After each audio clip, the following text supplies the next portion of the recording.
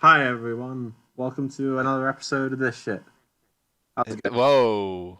Hello, everyone. Welcome to Golden Talkies, Ep.5. What was it you said to me just before we started recording there, Jamie? I never said anything, did I? Oh no. About how you were feeling right Oh, now. I'm very tired. Yes, You're very tired. So I'm sure it's going to be a good poddy, exactly, Nothing makes for better content than a tired presenter.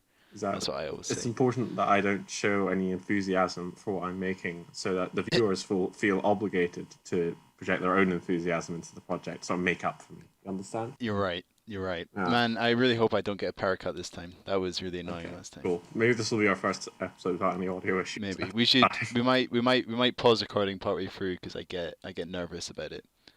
Cool. But people don't have to know that. I've just Yeah. told them, but they don't have to know it.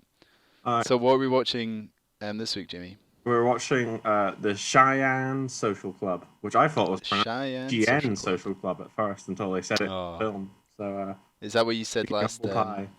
Is I that what you said last definitely, podcast? I I absolutely can't did say remember. Cheyenne or something. Nice. Rather than Cheyenne. Cheyenne. Cheyenne. It sounds kind of Forgot. like Siam, doesn't it? Yeah. I forgot to speak like a cowboy, which is a rookie error. Ah, of Which we'll course, never make again. of course. Yeah, So this is the first Western we've done. it Hooray. is. It is. Shall Which we was... start with the historical context as usual? Okay, sure.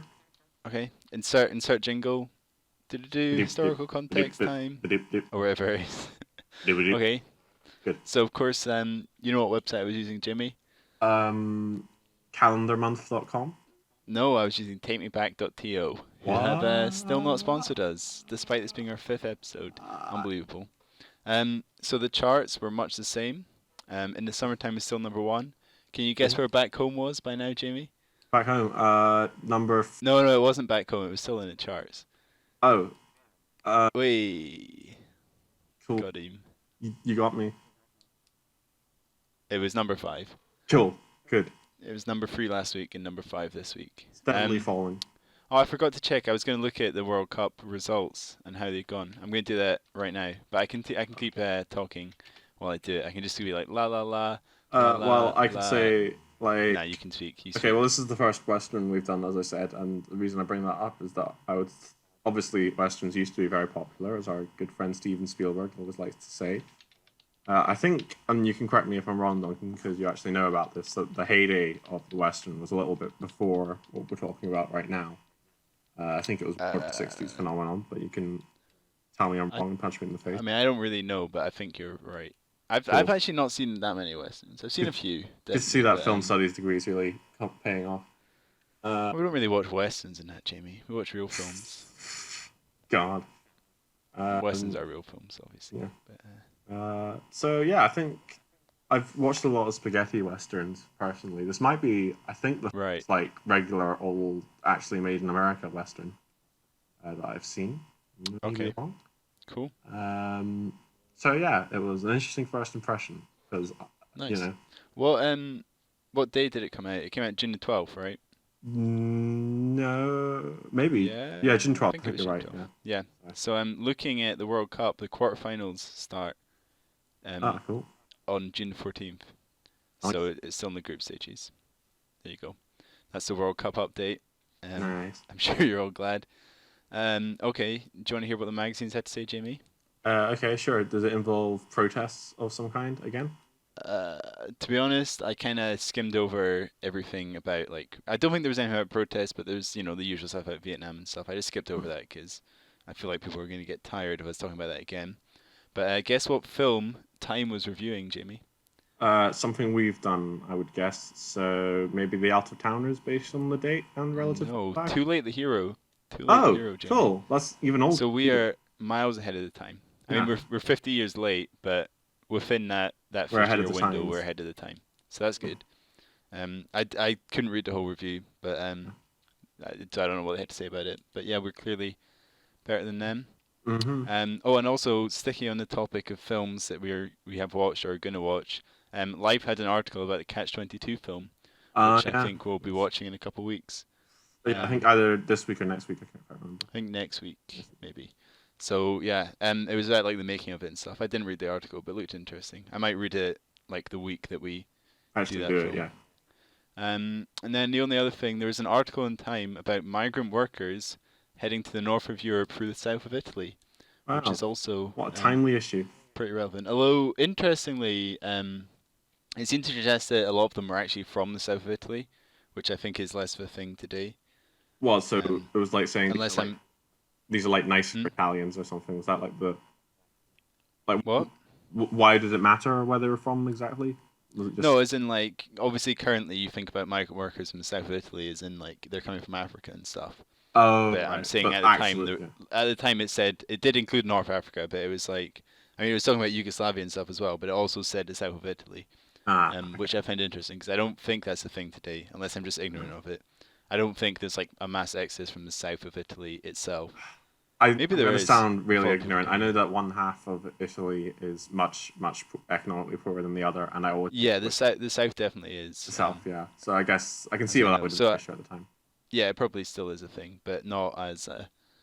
Yeah, I find it interesting. So that was all my historical context stuff. It was a short one this week. There wasn't anything that. Yeah. Whatever happens in June, anyway. Really. Exactly. It's a rest month, frankly. Is it? I feel like there's quite a lot going on this June. Yeah. To be honest, I think isn't it that riots and revolutions take place in summer usually? So yeah. Yeah, they do, don't they? Yeah. On the October Revolution, I guess, and probably others that are named after months. Yeah, there's probably quite a lot that don't. But as a general rule, I mean, it's when people are more likely to get outside and go out, isn't it? And as Spike Lee's Do the Right Thing taught us so memorably, it's really annoying when it's very hot. So it is. That's a great film. From that film. It's a great film, isn't it? So yeah, this is the Cheyenne Social Club. Do you want to mix things up, Duncan? Maybe you can do the plot synopsis this week. We'll see how you goes. Variety's the spice of life. Does that mean that you don't have the plot synopsis written down? I never write it down. I go from memory. That's what gives the. Oh shit. Can I do the plot synopsis? I don't know. I feel like you're better at doing plot synopsis. Do you want me to do it for you? And I jump in because I have random points written down, and I feel like I'm better at jumping in. All right. Sleeve. Yeah, unless labor of the whole thing. All right. We've got ourselves a cowboy, an actual cowboy. He doesn't really do any gunslinging stuff, or whatever. He just handles cows. That was my first point. The film actually shows cowboys like being cowboys. Mm-hmm. Cowmen. Very interesting. His name is John something. And he's got a best friend. His name's Harley. Harley does nothing throughout the entire film. But that's literally not true. Okay. But John gets a letter from a lawyer downtown. He says he's inherited some property. It's the Cheyenne Social Club. Do you remember what he says when he gets a letter from the lawyer? Oh, he says he won't open a letter from a lawyer unless it's on a full stomach. He won't open a letter from a lawyer on an empty stomach. Pretty funny line. Cool. So then he goes down to Cheyenne, which he's from Texas. I don't think they expressly say where Cheyenne is, unless maybe just implied, but it's away. Let me look it up. Keep going with this. Yeah, because the journey clearly takes months. It does take many months. It's in Wyoming. They do say that, I think. All right. Okay. Actually. Yeah, maybe they do. Yeah. Harley comes along with him because they're buds, according to Harley, at least. So they arrive in Cheyenne it's 2 years after the lawyer sent the letter. It's the olden days. Post is slow, transport's slow. It was kind of like Skyrim when he gets the letter. Yeah, have you ever played Skyrim? I have played Skyrim. I'm not. Yeah, like when you get a letter from someone and like you're in the middle of a battle or something, and then some dude just runs up and he's like, "I've got a letter from you," and it's just like some guy and he just gives you it. That's kind of what it reminded me of. Like they were in the middle of like wrangling cows, and then this guy just rocks up and is like, "Yo, you got this letter." He goes to the Cheyenne Social Club. The lawyer hands him the keys or whatever, and then it turns out that, shock horror, it's a brothel. It is. Or a whorehouse, as they say. Yeah, as they say in the West. And everyone in the town likes his brother. The people who work there are super happy with it. But John, played by Jimmy Stewart, isn't, because it's very immoral. Played by who? Kind of guy. Did you say Jiminy Stewart? I said Jimmy Stewart. But Jiminy Stewart would also work. Yeah. So he tries to shut the whorehouse down and get it converted to a nice, respectable boarding house. And then everybody says it's a bit of a dick move, firing all your workers like that, Johnny boy. And the entire town hates him, despite the fact that they all loved him at first. It was like when Byron's fired their workers, wasn't it, Jamie? Yeah, that was a dick move. Did it remind you of that? It did not explicitly remind me of that, but generally, I don't think fire all your workers is ever a good thing to do. Although I'm sure maybe there's some weird loophole. Anyway, so yeah, the entire town hates him now. And then, but the girls don't leave anyway, and then he sort of comes around to it after some fights and stuff. But then one of the girls gets beat up in a very weird kind of exploitative way, and he shoots the guy who did it. And then his gang comes to get revenge, and he fights them off.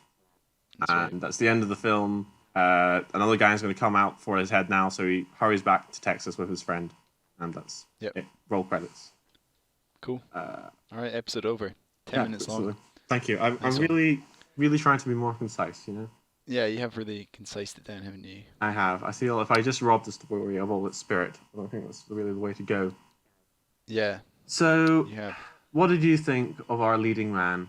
Or not leading man, leading character? Mr. John. Well, so I actually didn't recognize either of them to start with. Yeah, Jimmy Stewart looks very weird with a beard on. Like, as soon as he got rid of his beard, I was like, oh, it's him. And yeah, so I saw the Henry Fonda guy, and I was like, oh, that must be Henry Fonda.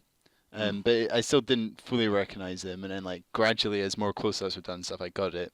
But even once I knew it was Henry Fonda, I didn't realize the other guy was James Stewart until he like shaves and gets a new suit, and then I was like, oh shit, that's him. Man, James Stewart is a really good actor, isn't he? I like him. Yeah. Yeah, he's got like a really good face, I think, for film. Like really especially for like a western. He's very good at being nervous, and you know. Yeah. Like great. Yeah. So what's your favorite James Stewart film, Jamie? Vertigo, which I think is probably the only one I've seen. Other than this one. Have you seen Rear Window? Nope. It's good. It's good. I'm sure. You've seen It's a Wonderful Life, but you don't like it. Oh yeah, I forgot that's him. Yeah, he's alright. I always forget it's him. Yeah. It's because it's in black and white, which I know is a stupid reason not to recognize someone. But that's true though. That's true. Yeah, no, Vertigo is probably his best one, I'd say. He was also in Rope. Have you ever seen Rope?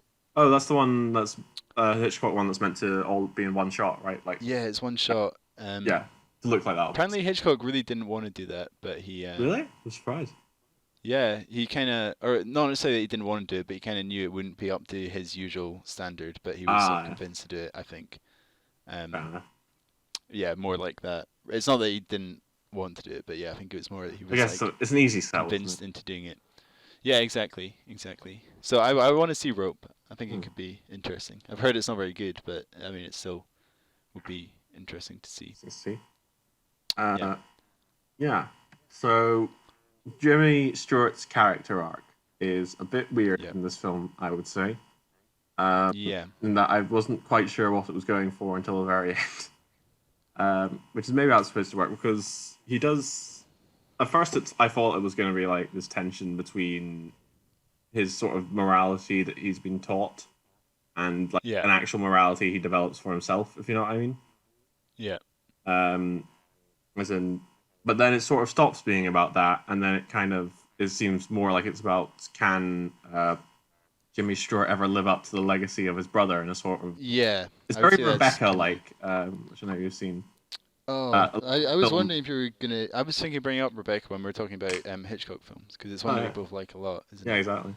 But so what my flatmate, while we're talking about Rebecca, just to interrupt you, my flatmate watched Rebecca, and he didn't like it very much. And I was like, oh, that's one of my favourite films. Yeah. He said, like, as a Hitchcock film, it wasn't one of his best. And I was like, man, I thought it was really good. Yeah. I need to watch it again. I've not watched it for a while, but I really like it. I like it. I know that now I'm very upset with that film, because I know they changed the plot for the Hays Code, and like ever since I like learned what the original plot was, I'm like, oh, that would have been way better. This makes me they changed the plot of Rebecca? Yeah. A little, because like under the Hays Code, you're not allowed to show someone murdering their spouse and getting away with it. So they had to change it from Max murdering Rebecca to accidentally there being an accident, but one that he looks like he's blameworthy for. Right. It's less cool. Okay. And interesting. And sorry for spoiling Rebecca, everyone. We really... I mean, we just spoil everything, don't we? Yeah. We should put a spoiler warning like at the start of the film. Every it's film like we're going to 60-year-old talk about. movie. Yeah, it's true. If you've not seen Rebecca, fucking, what's wrong with you? I mean, a lot of people probably haven't. I think it's not one of his famous ones. Yeah, so then it's sort of about that. Can he measure up to his brother? And then it's more about selfishness, I suppose, and selflessness. And then it's finally about him like realizing that he was never a city mouse. He was a country mouse, and he's just gonna go back to his thing. And that's like the final lesson, which I think is probably the least interesting out of all. So, not really important the text, honestly. I kind of find that the final bit kind of funny because essentially, so he's a cowboy, as in like an actual cowboy that boys cows, which is good. What a cowboy does. And then throughout the film, he gradually does more and more like stereotypical cowboy stuff that you see in films. Yeah. You know what I mean? So like, obviously that's not what cowboy actually is, but in the mind of a viewer, that's like cowboy stuff. He does have a legit duel. He's in a firefight and like a duel and stuff like that. And then at the end of it, he's like, actually, I want to be a cowboy. And then he goes back to being a guy that boys cows, you know? Yeah, well, it's just, I feel if the arc was like, this isn't me, then I feel like he would have had to have given himself over to being like a city guy, if you know what I mean, at some point, and that never really happens. He's always quite true to himself in the film. He comes in and he's like, this isn't me. No, he does give over briefly because he gets the new outfit. Yeah, but that's at the very beginning of the film. But then he changes. He becomes a Republican. Remember? Yeah, but like he says, I'm going to be a businessman and I'm going to be a Republican. I think he does give over to. But that's his own. That's what he wants to be, his own thing. Otherwise, I feel it's not like that's him still being resistant to the role that's demanded of him, but in the completely opposite direction. If you know what I mean. Is it? Well, yeah, like the film, I would imagine would proceed like the whole. I don't know. I'm a cowboy, I'm not a city guy, whatever. It would be like, I don't know, say he owns a company, for example, for a bit, and he gets a suit and tie, and like he starts making like ruthless board decisions or whatever, and then, you know, the little girl comes up to him and says, "Daddy, why are you firing all the workers?" or something, you know what I mean? And then he'd be like, "Oh wait, I've lost everything in my pursuit of power, blah blah blah, this isn't me." Right. Whereas in the film, he gets the business, and then he's like, "No, I think this should be more respectable," but it's not like like he would have always thought that is him thinking that a whorehouse isn't respectable. Do you get what I'm saying? And kind of, but I perceived it more as like he very quickly changed to. Well, no, I get what you mean, kind of. Yeah, like, I don't know. He never accepts the whorehouse as being a good idea at really any point in the film. Well, he does. I mean, he does towards the end. Towards the end, and then he realizes that he doesn't want to run it though. Well, yeah, that's the thing. Like, I don't think his problem is being a city boy. I think it's like that specific line of work. Yeah. Well, no, because at the end of it, he definitely decides that it's like Cheyenne's the problem. Like, it's not for him. Right.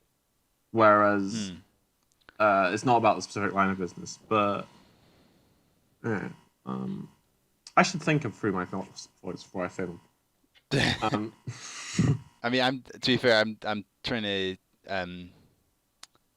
do the same. I'm trying to think like about the character arc. Yeah, basically, I didn't find a very satisfying character arc.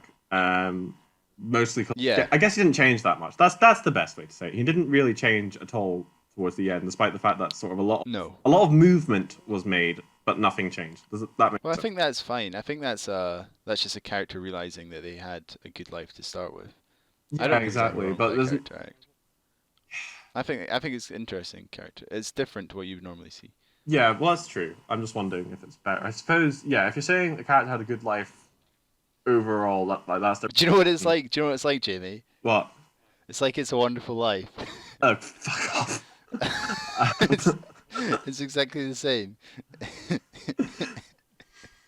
That's why you don't like it, because it's James Stewart realizing that his life was good before, and going back to it, happier than he was before. I feel like if it was a wonderful life, it would be that's why you hate it. If Jimmy Stewart was like, people would be better if I was dead all along, and then like the angel showed him, I don't know, the world without him in it, and it was like mostly fine.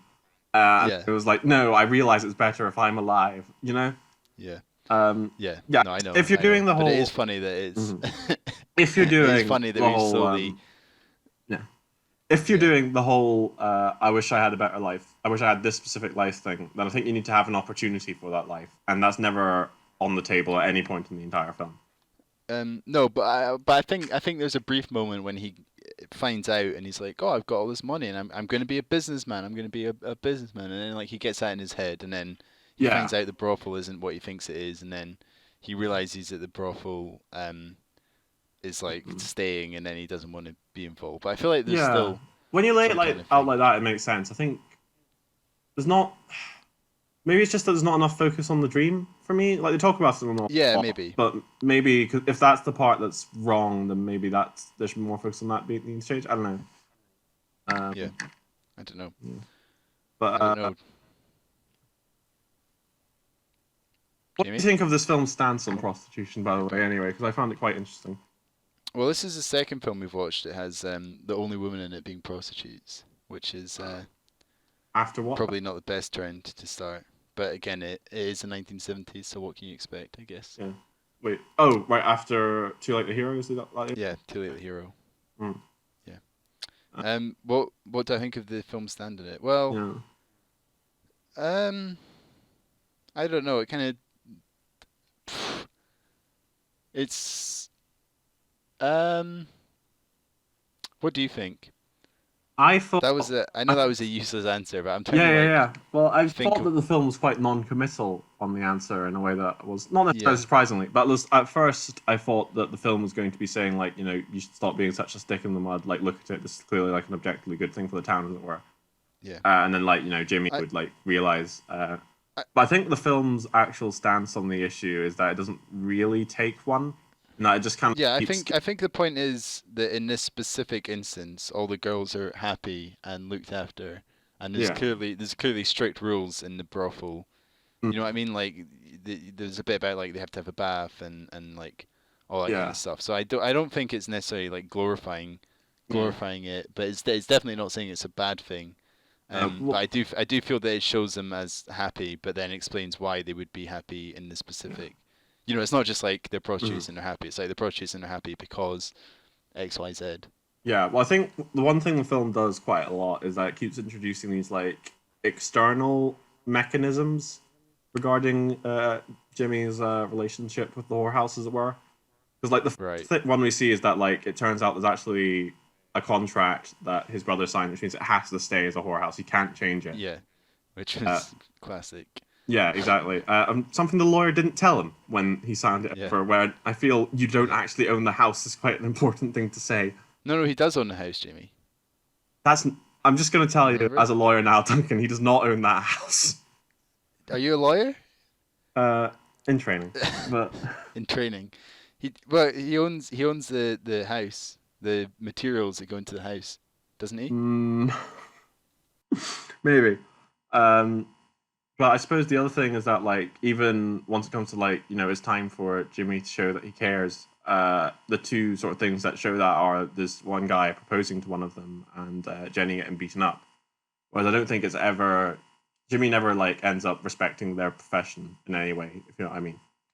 Right. So what do you think about audio issues again. So... External threats, yeah. What? Like, just the use of external things, as it were. The use of external... Well, talking about external things, the audio just cut off again. That was fun. I'm just going to... Every time you try and, continue as if nothing happened, I'm going to point out that it happened. Just to, like, save my ass from editing. What was it you said at the start of this podcast? That nothing was going to go wrong this time? I said maybe nothing would go wrong. Maybe nothing would go wrong. Well, something's going wrong. But I don't think we've lost anything, so it's fine. Yeah. We're back. Right, external issues on making him like the girls. Yeah. Yeah. So you were saying that he doesn't respect the profession; he just respects the girls. Well, yeah, that's what I said. I feel the film sort of, I'm going to actually say, cowardly gets out of ever taking a moral stance on the issue whatsoever. Well, I mean, my view on that is it's like it's a comedy, so it doesn't really need. It's not like a hard hitting drama about brothels in the Western America at the time. But if you think, If you think right? brothels are immoral, or if you think that they're fine, then you should, say that. If you have a film that so directly touches on the issue, I feel. But I mean, yeah. Basically, I feel it's one of those films where like someone could walk in as someone who's like incredibly, up for like sex workers' rights or whatever, and like they'd walk out of that film feeling like okay about it. And you could also go in with someone who's like completely down on the entire thing and thinks it should be outlawed and like they should all be executed at the stake, and they'd also feel fine about it. I think that's probably the point, Jamie. Well, I mean, I know that's what they're trying to do, Yeah. but it also implies that Republicans are all bastards and Democrats are all like poon dogs. So it's not unafraid. Well, is that not the like Hollywood view though? I mean, it certainly is. I'm not saying that this is the bravest stance you can take, but I'm just well, actually, it's all right. If you say Republicans are shitty, then that's Yeah. that's a Well, stance. maybe Let's that's take what another one. maybe that's what they went for, and they didn't. I don't know. I didn't find it that bad or distracting. Like I think I didn't I find think it it makes more distracting. sense. I think it makes more sense that he like I feel like he is becoming more accepting of their profession by getting to know them. Like that's the way Yeah. that he does become more accepting of it. I don't see how else he could. Like he's unless he like walked in on one of them like carefully putting a condom on and being like, now you're gonna be very safe doing this, and like I don't know. Well, it's not like that. It's just. I don't know how you could possibly show that easily. Uh. You know what I mean? Like I feel like he does get an element of respect for the profession, but that's only because he gets to know the girls. But I don't know how else you could do that, or how else you'd want to do that. I don't know. I feel if you have make a film that's like entirely about something that's so politically controversial, then and like you're kind of obviously tiptoeing around it, then I feel like that's a missed opportunity. That's one. Right. Right. I would also say, just whilst we're talking about this sort of thing, that I thought the representation of women in this movie was not great. Right. I thought that there's a very sort of 50s, 60s, 70s like style of feminism that you see in sci-fi a lot in particular, where there's clearly like this belief that women's rights should be like entirely based around like free love and their right to have sex with men. As much as they want in a way that feels disingenuous sometimes. Right. And like, whilst this film wasn't as bad as something like what's the film, the book about a Martian, like a man from a stranger from a strange land or something. Okay. It wasn't quite as bad as all that. It was still, whilst it was sort of supporting prostitution, none of the like women in the film are anything other than like incredibly nice ditzes who lust after every man. Yeah, they're very sort of childlike, aren't they? Yeah, I don't like. I mean, I feel like Jenny. You could definitely put an argument that Jenny is not quite as much. Like she understands what's going on, and she like helps him. She like shoots the guy that comes in. Well, yeah, but even with those, she's definitely still that kind of like stereotype of the like. You're letting me run it, Mister. That's so nice of you. You know what I mean? Like yeah.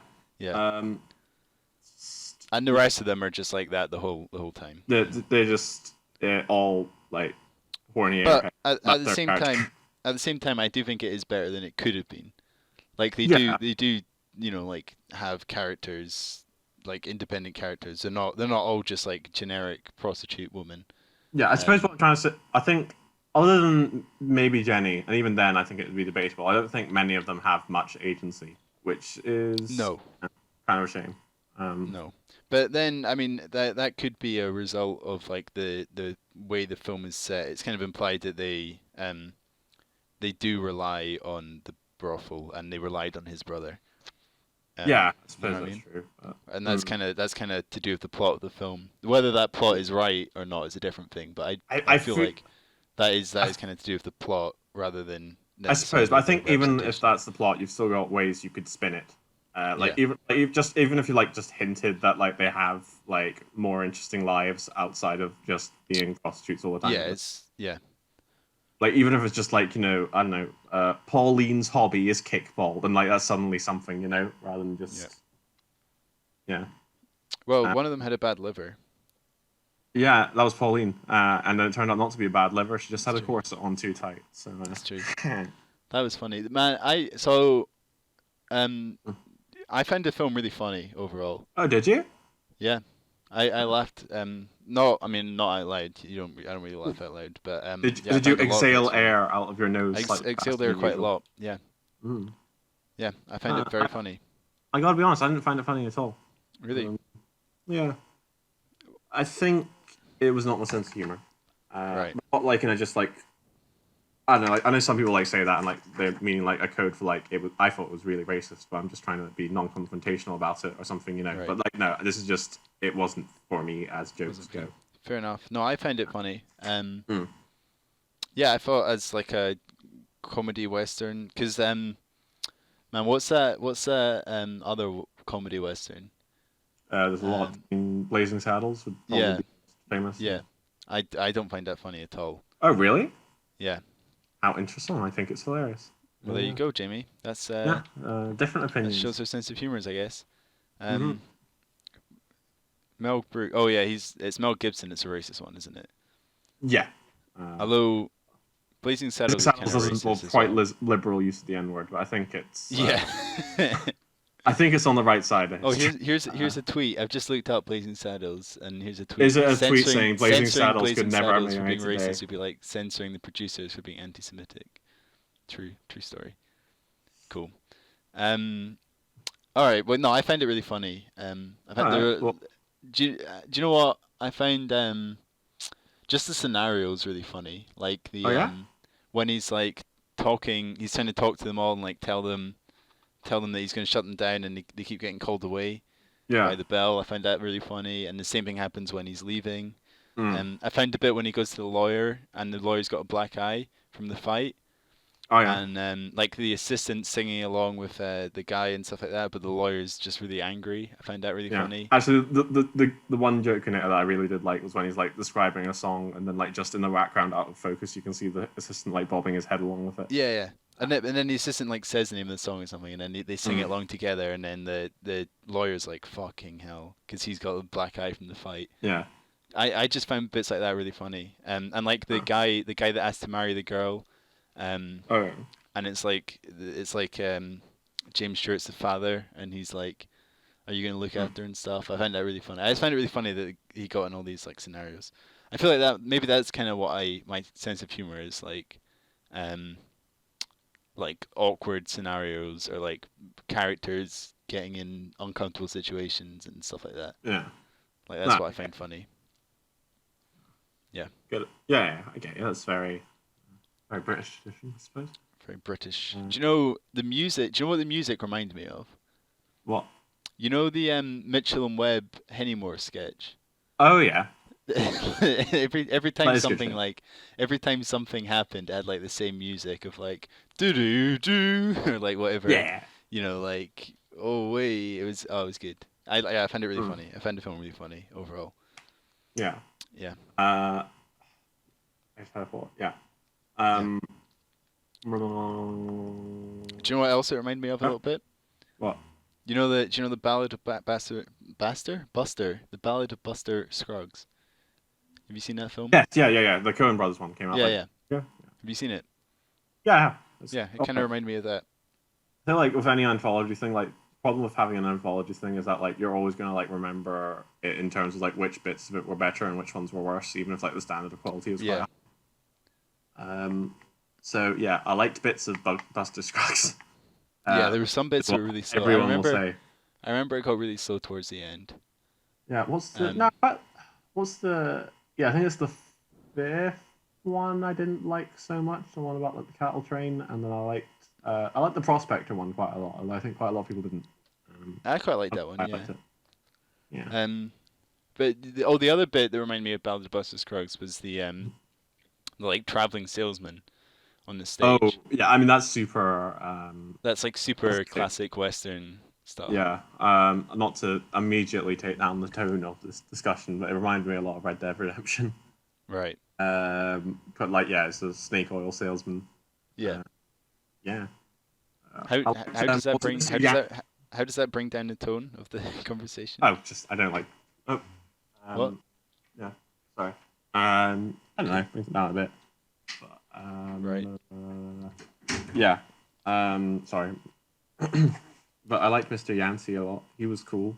Yeah. He was 11 years old. And he didn't want to shake the guy's hand because of germs, which is a very very 2020 attitude. Mm. Yeah. But then he dies. So that was funny. He was a really funny character, actually.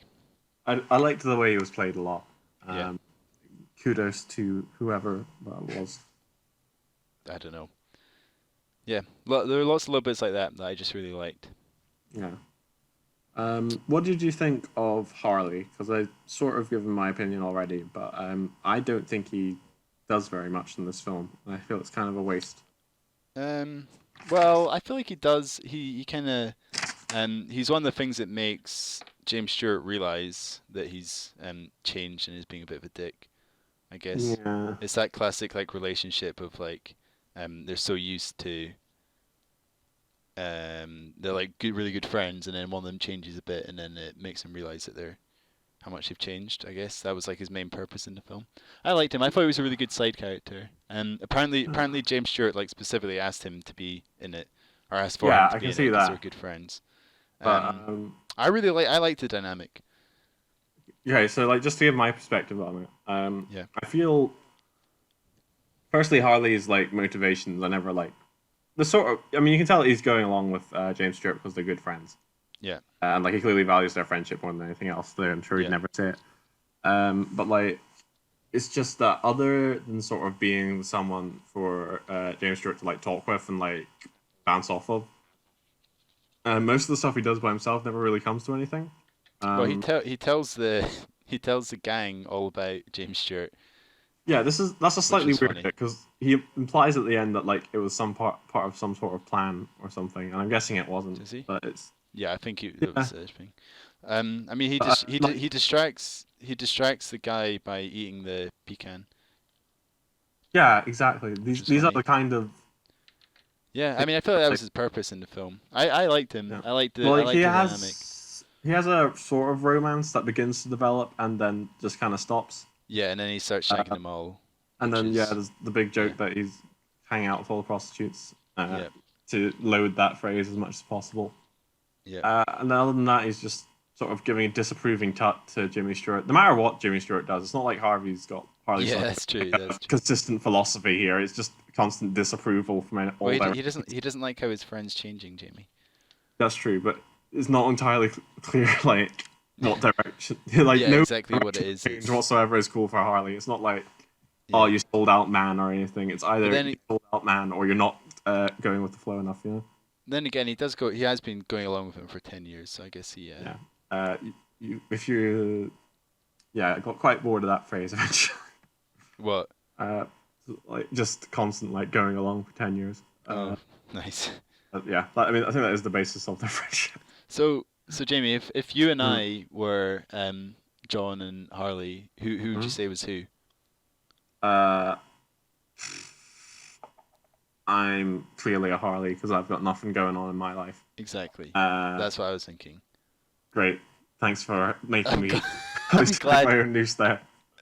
I'm glad we're like I can see me just taking you along on a road trip and you would just You stutter slightly more than I am, and so therefore automatically get the James Stewart position. Is the James Stewart? I do stutter quite a lot, don't I? Do you know what, talking about stuttering? Man, Elon Musk stutters a lot. Oh, I was really? watching I was watching a video of him doing like a presentation, and then I noticed that like he's not very good at giving presentations, or not that he's not very good at it, but he's like very stuttery, and all the comments were like, this is me giving a group presentation or whatever. So it's good to know that one of the richest men in the world is also incapable of speaking. Yeah, it's very incompetent. I don't like him. That's true. I'm like the silent James Stewart that just rides along on his horse, and you just like natter away constantly. Thank you. I'm well known as a conversationalist, obviously. Yeah, well, compared to me, I guess. Yeah, I guess. Do you want to know? It's all relative, isn't it? A little cool touch about Harley's arc that I noticed. I do. There was some cool foreshadowing at one point because James Stewart gets into a fight and someone goes to the whorehouse to talk to him and he says, what are the odds? And he says, Oh, 6-1. yeah, And he says, oh, that'll make no difference if I show yeah. up. But then at the end, there's a firefight where it's 5-6-1, and he shows up and they win. So that's. Although Jenny is also there, so. Yeah, but shut up. Right, women aren't important. Jamie. She gets her token one shot. Trademark female character, exactly one shot. Exactly. It's quite an important one, but it is also. Well, it's always an important one. But it is always exactly one. That's the rule. It is. It's so true. The amount of films where there's like a female sidekick and she like does one really good thing, and everyone's like, "Whoa, you can really shoot, Jenny, huh?" You can really just feel the pen on the executive's clipboard as he does his tick. Yeah. Test screen. Exactly. Big tick. Mm-hmm. Jenny shoots. Yeah, I guess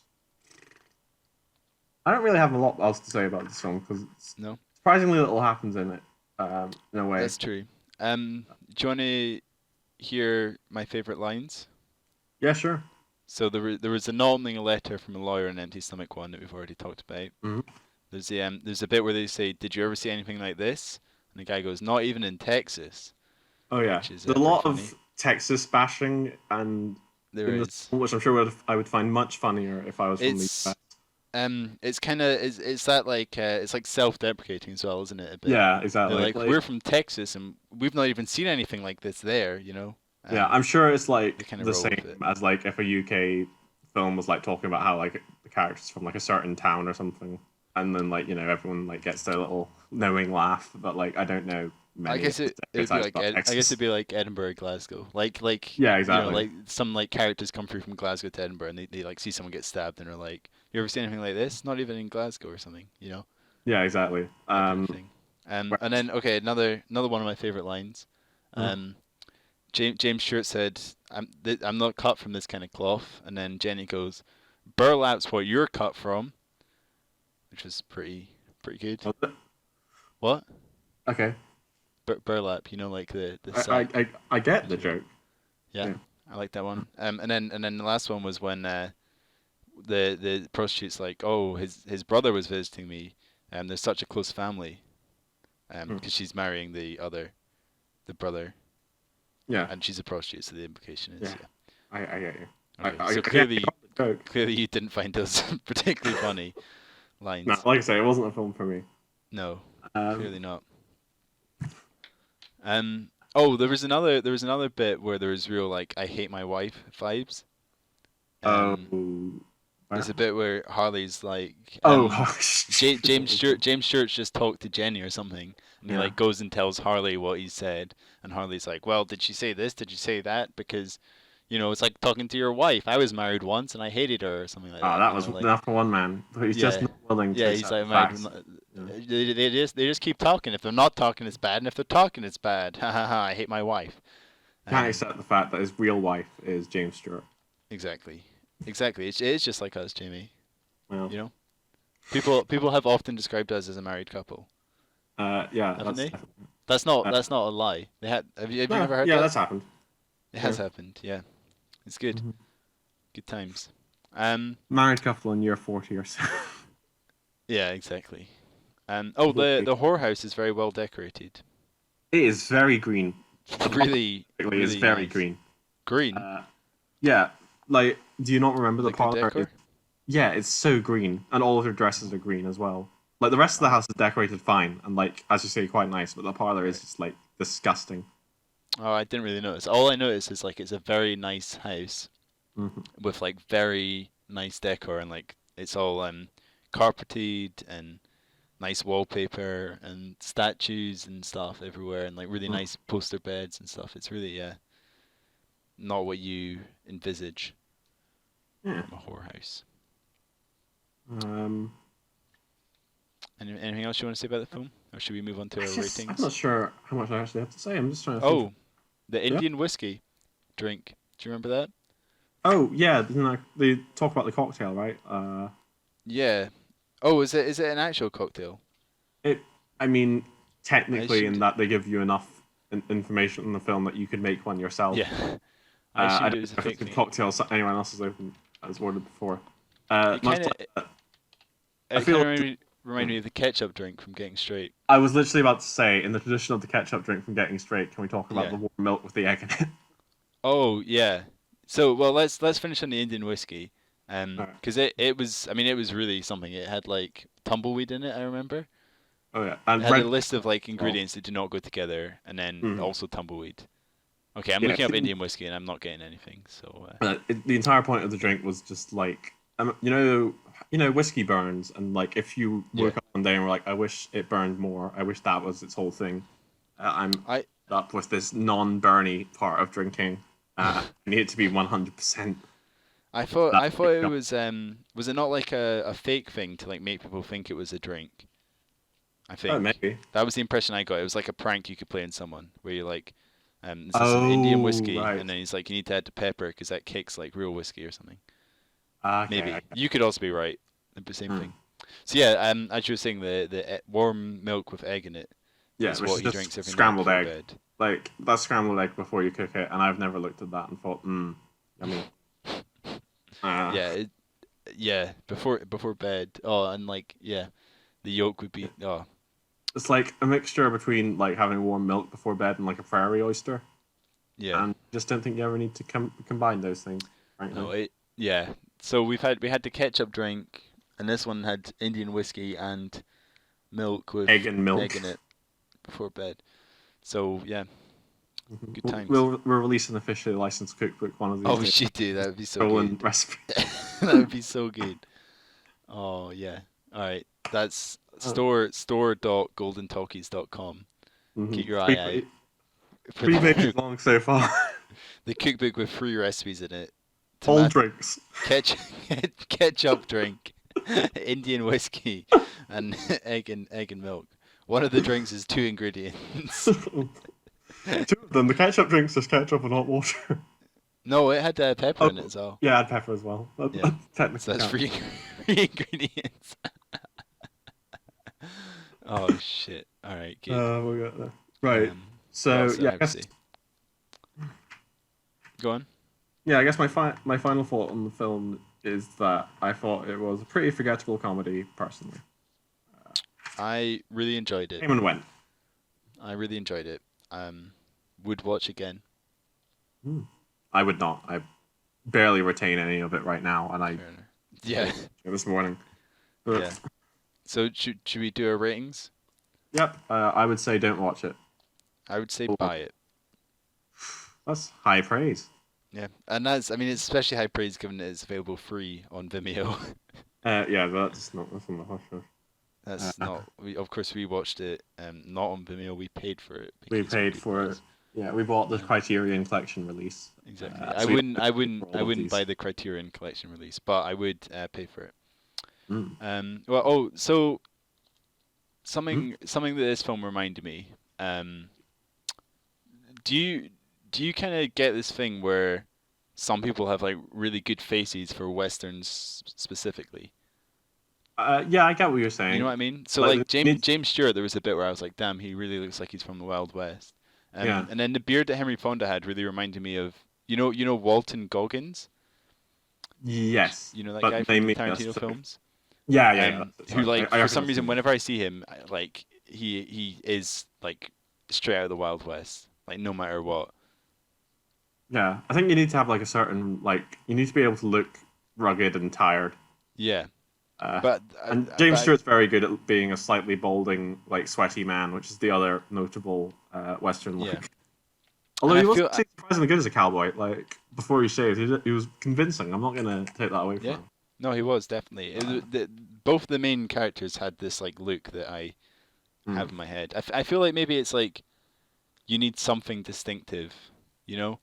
Yeah. Like, or like some strong feature. Who else? I think you need to look a little cartoony to be a Western character. Yeah, that's it. Because Walter Goggins has like the really thick stubble and the like big white teeth.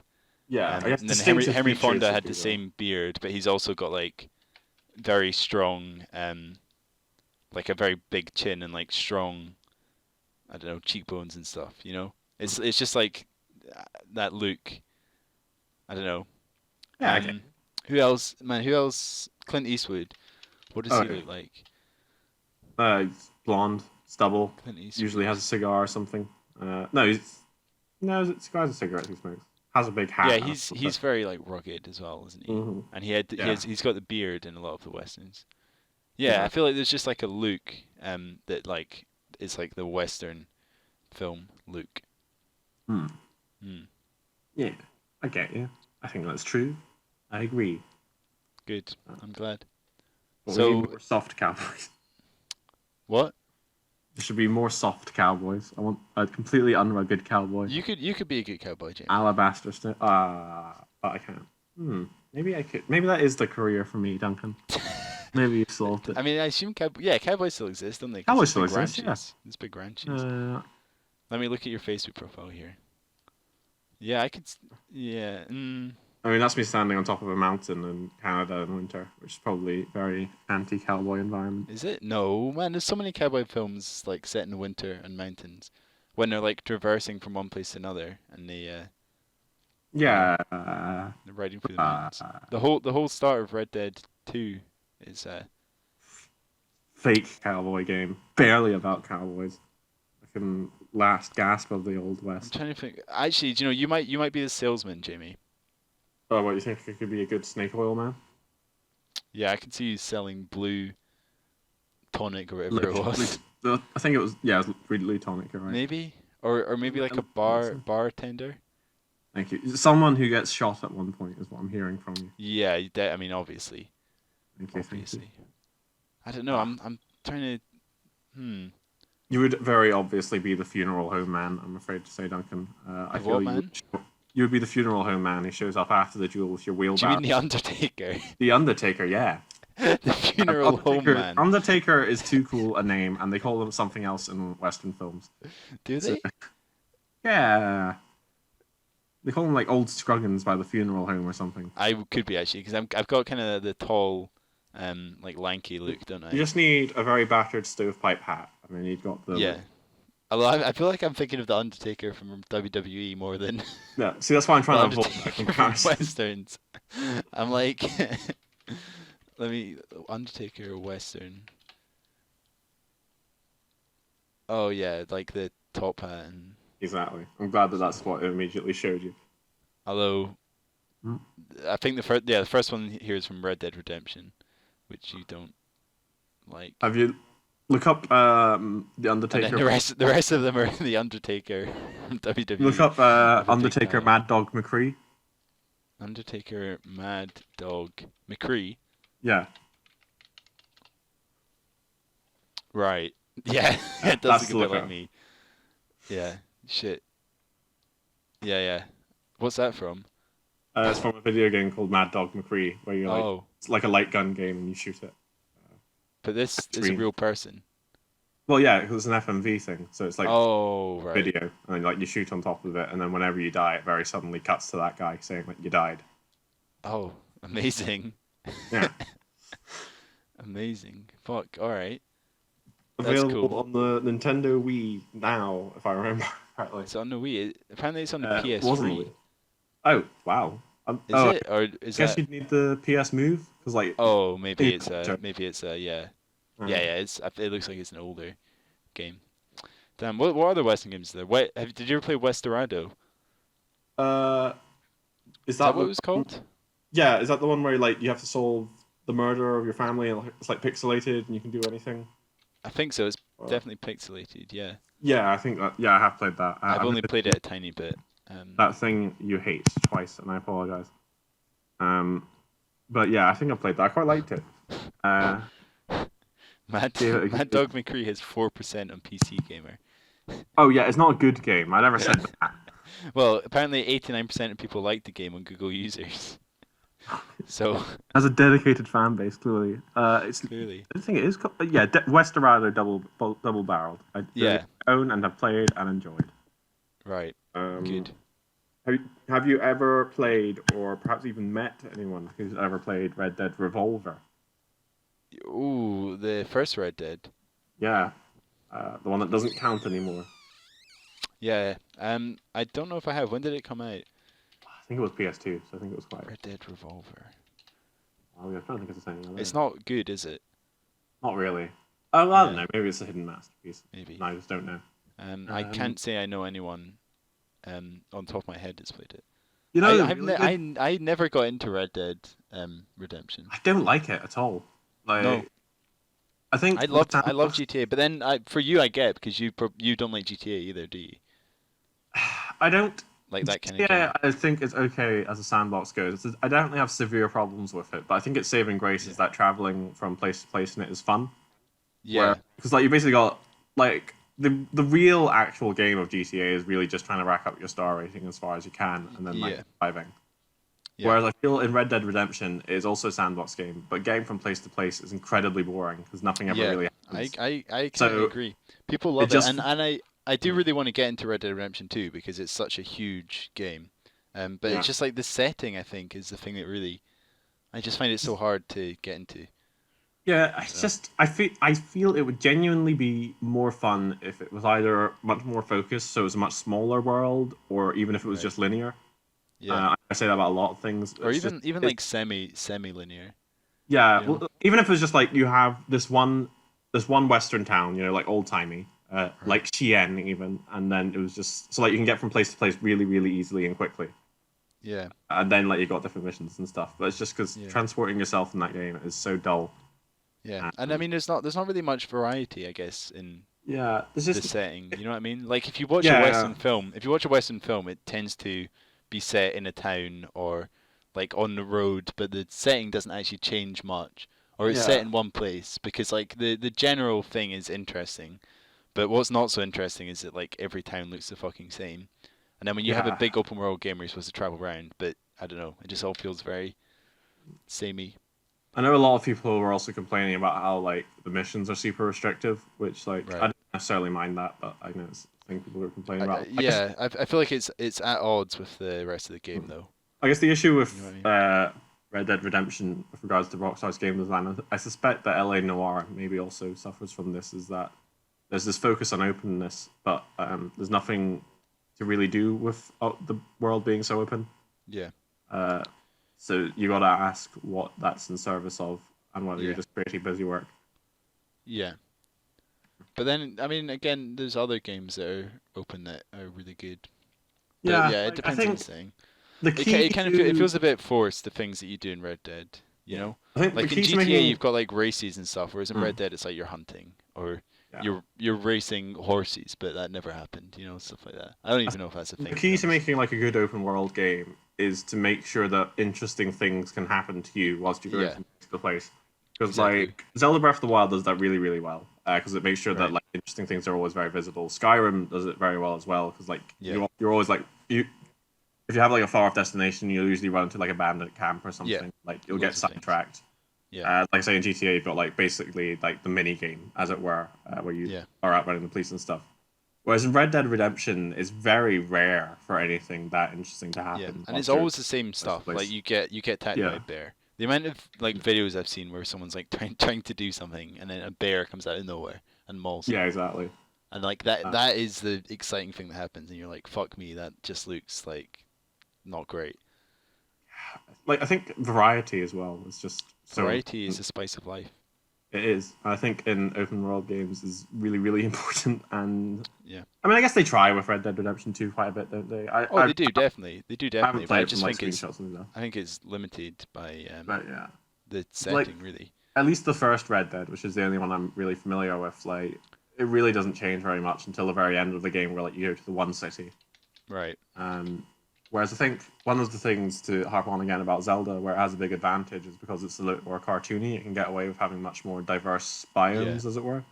Yeah. Whereas I feel if you're going for a realistic approach, you're always going to be at least a little hamstrung by the fact that you need to make it look like a cohesive place. Mm-hmm. Indeed. Something else that I totally forgot to say about the film. There was a really nice match cut at one point between the whiskey being poured in the two different saloons. Oh yeah, I didn't notice that. Yeah, it was nice. It was like because James Stewart was in like the really nice saloon, and there was like a nice bottle of whiskey being poured, and then it like cut, a nice little match cut to like a jug being poured from the other one. Oh, yeah. I'm usually such a sucker for a nice match cut as well. I fucking love a match cut. Exactly. Delicious. Ooh. All the kinds of cuts suck. if I ever get to make a film, 100% match cuts and star wipes. Yeah. Oh, Valid that would ones. be. Do you know that's actually a cool idea, Jamie. What, just match cuts? Yeah. For You're obviously, not a cool idea for like an actual feature-length film, but for like a sort short of film, you mean? short film or like a little filmmaking challenge or something. That would be cool. Right, well, there you go. You're free to use that idea. I Yeah, I might hand do. it to you. I I might do, won't. Jamie. Nobody else can use it if they hear this. Yeah, just me. Mm-hmm. It's a little contract Jamie and I have. Exactly. I am the only person who's ever thought of this idea, and whoever will. He's the lawyer. I'm the filmmaker. No independent creation is remotely possible. Quite. What else have you been up to? Wait, can I just say one more thing whilst we're on the subject? Yeah, of course. I don't like cowboys very much as a setting. I've just realised. People think they're cool, but I've decided they aren't. I agree with you. I think it needs to be done very well. I wouldn't say a blanket because I really like this film, for example. But I would say it's quite a hard, it's a very like oversaturated market. It's quite hard to get a really good film in it. I don't know. Like, I guess a lot of like perceptions of settings are like very much shaped by the films that make them. If you know what I mean. Like, if you think of like pirates, you think of like a swashbuckling adventure, but obviously it's mostly because of like Errol Flynn and stuff. Well, it does depend, yeah. Yeah. Hateful Eight is good. Sorry? Hateful Eight is good. What's that one again? Sorry? The Hateful Eight. Oh, of course, sorry. Yeah. Tarantino film. Well, like, I like, because I guess, the like westerns as a setting are now so defined by spaghetti westerns, I think, more than anything else. Which are often quite interesting to look at and stuff. But I guess it's just not. I don't feel much of a sense of wonder, and I think that's what they're trying to sell you on when it comes to the Old West. I don't think like it's land of possibility or whatever. It's just. I usually do you think it might be partially like culture thing? Like maybe it's more of an American thing. Yeah, well, I guess it's their history. Yeah, I guess the Old West is like very linked to the American dream, as it were. Yeah, like, people like making out on their own in like an unfamiliar land, which is definitely unoccupied. Wink. What was the one I watched? I actually watched a couple of westerns. I watched True Grit. Oh yeah. Which was alright. The old one, not the new one. I watched Ballad of Buster Scruggs. What was the other one I watched? It was about the Oregon Trail. Did you perhaps play the celebrated 1980 Apple computer game, The Oregon Trail? Oh, that's it. Yeah, that's right. Forgot about it. Good. Easy to confuse that for a film. Shit. Man, it was like there was a dog. Oh no, that was a Ballad of Buster Scruggs. Yeah. Okay, never mind. Ignore me. That was the most interesting thing about the West. There's a really long sequence in it. For me, would be the fact that like there's basically no real effective government or law enforcement there. Yeah, the sheriff just fucks off in this one. Yeah, in this one, and like I don't think many westerns actually focus on that all that much. At least beyond like being the lawlessness. Yeah, like obviously, like they usually have bandits in them and stuff, but it's usually just more as something for the protagonist to do. Whereas I feel actually discussing maybe how life would work out there actually is kind of interesting for like a regular Joe. Yeah. I don't know. It's just something that occurs to me. Yeah. Could be. Then again, I guess that's exciting. I guess people don't really want that. Yeah. I want more films to just be like about ordinary people who are like surrounded by like really slice of life films. No, well, like whenever I look at like the big franchise movies, like Star Wars and Marvel and stuff, I'm always like, man, I really wish they'd make a film like just about like a regular person like trying to exist in this world, surrounded by like these forces that they can't. Yeah, I actually find that kind of stuff interesting. My flatmate absolutely hates that stuff. Like slice of life films. He's like, I want to see the hero and I want to see what they're doing. Whereas I find it quite interesting to like focus on other people. Mm-hmm. That's what I like. It's nice to have like a novel perspective on these things. Yeah, I guess like if there was like a western and then there was like this big like vendetta going on between like the cowboys and like a bandit camp, and then like you just got to hear the perspective of like Charlie, the shopkeeper who keeps getting mugged, then that'd be interesting. Yeah, actually, that's something I wrote down. It would suck to be a business owner in any of these films. I don't know what it was like in real life, but like saloons are constantly having brawls in them and shootouts and stuff, and they're like fucking. All the pianos that they have to replace. I know, right? And I mean, those things have to get taken across the whole country from Europe or whatever, you know. Yeah. Cool. Right. Is that are we done on the Western front? Yeah, I guess we can talk about what's going on with you. Do you know what game I've been playing a lot of, Jamie? I hate myself for Transport Fever 2. No, I've not played that for like last week. Last week I was really into that one, and although I want to do a correction from last week, when I said I didn't know the difference between Transport Fever 1 and Transport Fever 2. I hope you want to cover. I watched a video about Transport Fever 2, and apparently the whole thing about like specific towns needing specific things is new between the two. And there were a couple of other things that were new. So I apologize to the developers for claiming that they'd released the same game twice. You probably cost them hundreds of millions of sales. Exactly. So that's a little correction. So I've been playing FIFA a lot, Jamie. Oh. I know. Why? I can tell you why. So I quite like sports games. I don't like football particularly. However, when I play like Madden or NBA or NHL or something, the modes that I like to play most in sports games are the ones where like I can make myself or like an approximation of myself, and then like play through a career, right? That's what I like to do. But in all those games, you're like immediately put at the top. Whereas because of the way FIFA works, because it's got so many different leagues in it and different teams in it, you can start with like a low level player in like a random team somewhere, and then like work your way as your player improves. You get signed to other clubs, and like you can kind of create a story for it. You know what I mean? Yeah. So that's why I've been playing it. Cool. Really. So I'm currently playing for Livingston. Alright.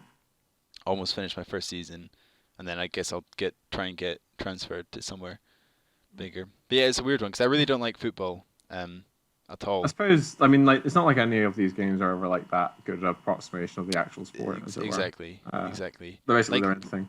Madden's fun, but it's really not the best like version I feel of the sport. American football, perhaps more than any other sport, is like very hostile to video game adaptations. Just 'cause, like, it's not. So the NHL one is really good. Like really good. I was playing that a lot before I picked up FIFA again. The NHL one is so good. It much like FIFA, it has hundreds of teams in it. Because like the NBA one and Madden only feature the NBA and the NFL, but NHL features like all the American hockey leagues, a bunch of European ones, like all over the world. It's got all the hockey leagues from around the world, and the gameplay is a lot more interesting than FIFA, I think. Yeah, but the career mode's not as good. So that's why I've been playing FIFA. I suppose, like, to contrast, hockey's probably quite good for video games because it's so fast-paced compared to any other sport. And it's 5-a-side as well, so it's like very easy to keep track, like pass, shoot. It's like FIFA but smaller and faster, and Do you know what the best sports game of all time is? What? It is Mario Strikers Charged Football. Oh my god, what a fucking great game! Which is a top-tier game. It's so good. I might just boot my Wii up again now, Jimmy, and give that a play. Good. I don't know if my Wii deserves works, your time. Actually. I don't know if my Wii works. I like it's that such game a good game. Such a good game. No, the developer who made that game went on to make Punch-Out for the Nintendo Wii, which is one of my favorite games of all time. To make what? Sorry. Punch-Out for the Wii. Is that like a boxing game? It is fantastic. Oh. And then they make Luigi's Mansion games now, which is cool. I like those games. But it would be nice if they made other things, because I don't like really Mario Strikers Charged Football 2. Yes, please. Well, Mario Strikers awesome. Charged Football is a sequel, so it would be third Mario Strikers game. Well, but maybe it would be like Red Dead Redemption, where they'd. Oh yeah, the first one doesn't count anymore. They'd retcon the naming system and just. Exactly. Just after the big twist in Mario Strikers 1, they realized that they couldn't really go back to the established canon anymore, so they had to get rid of it so that they could keep things consistent. What was the first one on then, the N64? The GameCube. GameCube, right? Because they had loads of Mario sports games, and that was when they had Mario Baseball as well. Oh. As well as tennis and golf, which they always have. But, yeah. There was a new tennis one out fairly recently, wasn't it? Yeah, for the Switch. I played the demo of it, and it was really, really good. But it's very heavy on the online play, and as you well know, that's not something I can do. That's not your big thing. Yeah, it's not I dislike it. It's just that my internet's shit, so I can't. Yeah. Oh yeah, of course. Yeah, I think tennis would be good. Yeah. They really rejigged it to make it very technical and fighting gamey in a way that I find quite fun. Interesting. And then what was I was gonna say something else. So Mario Tennis, Mario Golf, Mario Baseball they had for a bit. Right. They had other weird spin-offs that as well. I can't remember exactly. There was Mario Hoops for the Nintendo DS if you wanted basketball. Oh, nice. Exactly. Incredible. Yeah, actually, talking about career modes, the NBA one's very good as well. Sorry. You get railroaded in, so you do start in a lower league, but you kind of get pushed through that. I just like choice. I like making a character and then at least somewhat choosing their journey. Yeah. Whereas the NBA one, the career mode's really good, but the up until you get into the NBA, it's very much you're in college and then you get kicked out of college and then you play for this specific team from another country and then you're back in the NBA. It's very that's what happens, and all the games have different plots, but they're all the same. Same play as it were. The same steps. Yeah. And the Madden one's the same. It's you have to play. If you do the story career mode rather than just a normal one, it's you have to play this position at this place, and then you just play for the story, and then you go into the free bit. So yeah. So yeah, that's how it is, I guess. Very cool. Very cool. I hear what I've been playing this week. I do. Oh, just quickly, I also played a bit of Skyrim this week. Cool. Yes, so I might slowly get back into that. Right, what have you been playing? I've been playing 2 games this week. Shock Horror, Questions Asked at Parliament. The first of which is a game called Mark of the Ninja, which is a stealth game, which is in 2D and it's incredibly good. Does it feature our good friend Mark? It does not, sadly. The man's name is not Mark in a very mystical community. Yeah.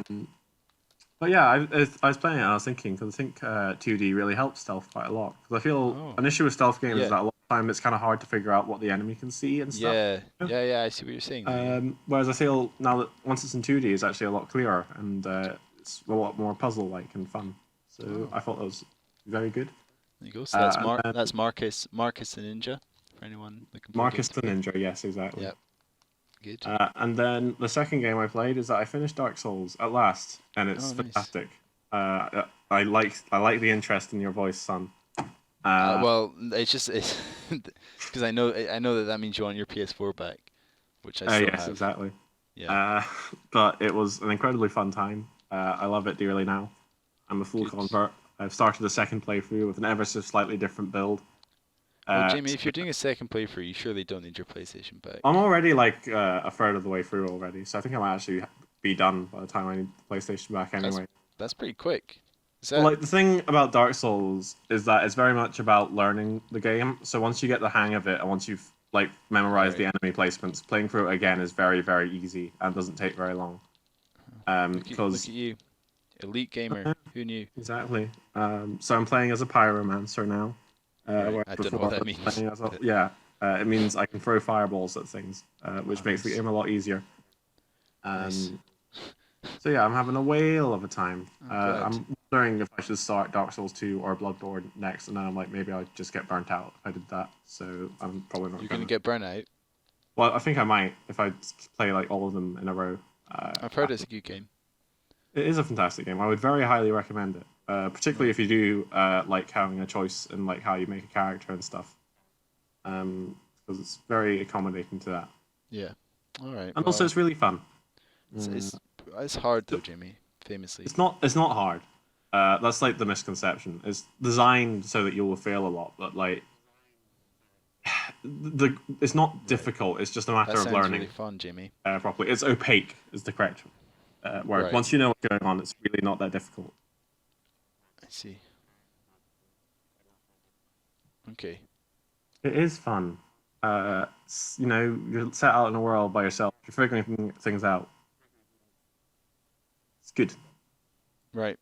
Good. Right. Well, there you go. Done? It's a recommendation. Are we done? Yeah. I think. Yeah. I don't think let's not go on too long. We've talked about the film. So, what remind me your rating? Don't watch. Don't watch. And I said bye. So that's a 1 and a 4. So the film gets a 5. Bye. Bye.